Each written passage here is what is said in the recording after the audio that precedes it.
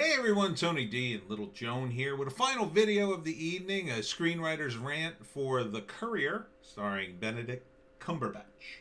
Smash like and subscribe. Thank you for smash liking and subscribing. Please check out my books, links in the description.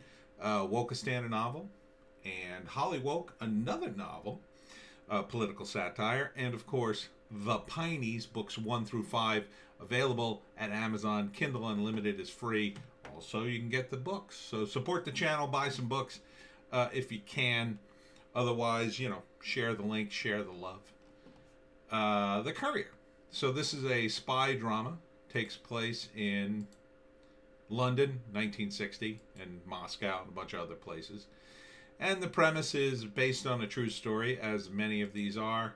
And the premise is that Benedict Cumberbatch is a average businessman who gets recruited by the CIA and I assume MI6 to be a spy against the Soviets. This is pretty early on in the Cold War. Well, 1960. It's pretty far along, but it's kind of at the height of the Cold War. And essentially they want to recruit him because he's going to be going to Moscow for a business deal, and they basically get him caught up in all the spy stuff. And of course, he gets caught up in it as well.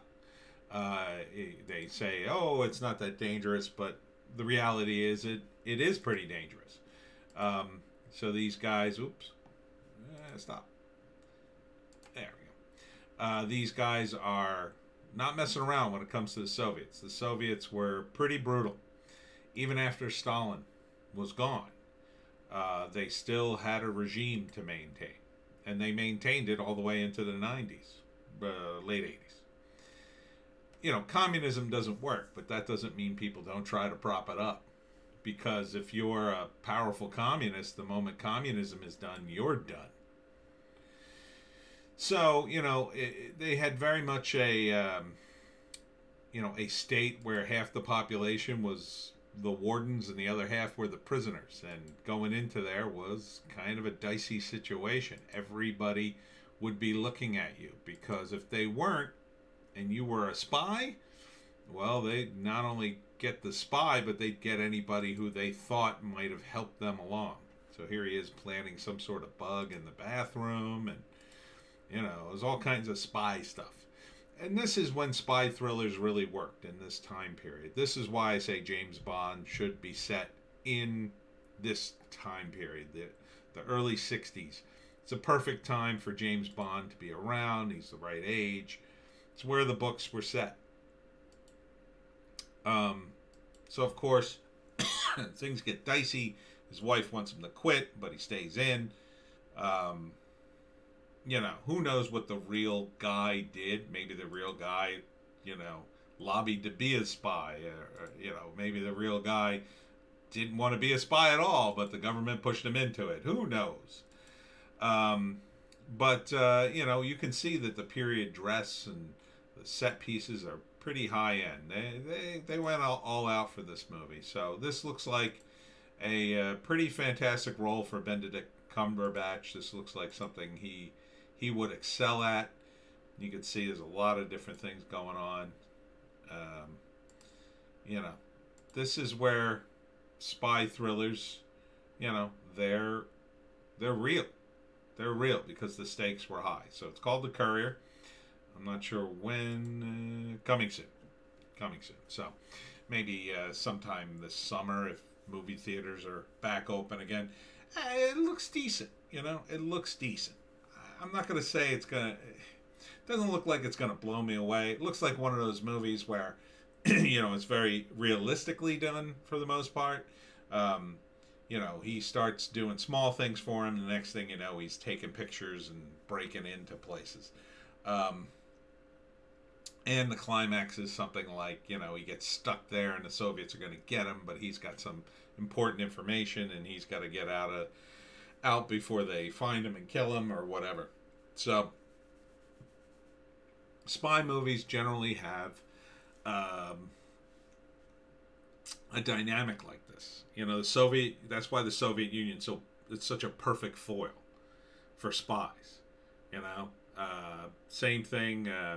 World War II. The bad guys from World War II. They are also, you know, you need villains like that. That's why it's so hard to make James Bond work now. You know, James Bond really can't go undercover in Al Qaeda or ISIS. They don't have, you know, they're not a superpower.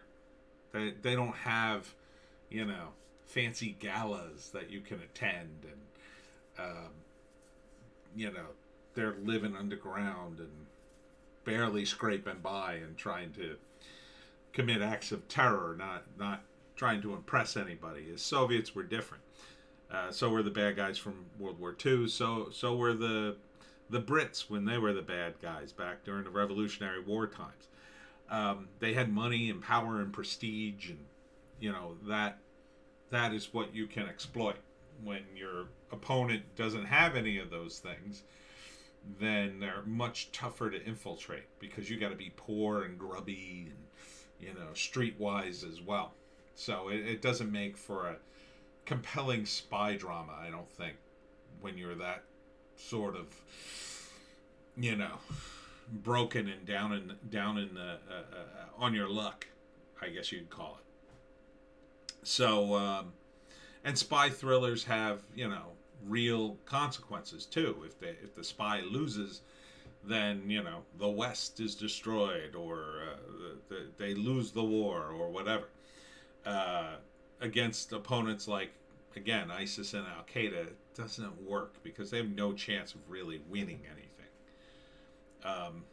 So I think this could be a good movie. I think Cumberbatch is a really good actor. So yeah, I might give this a watch.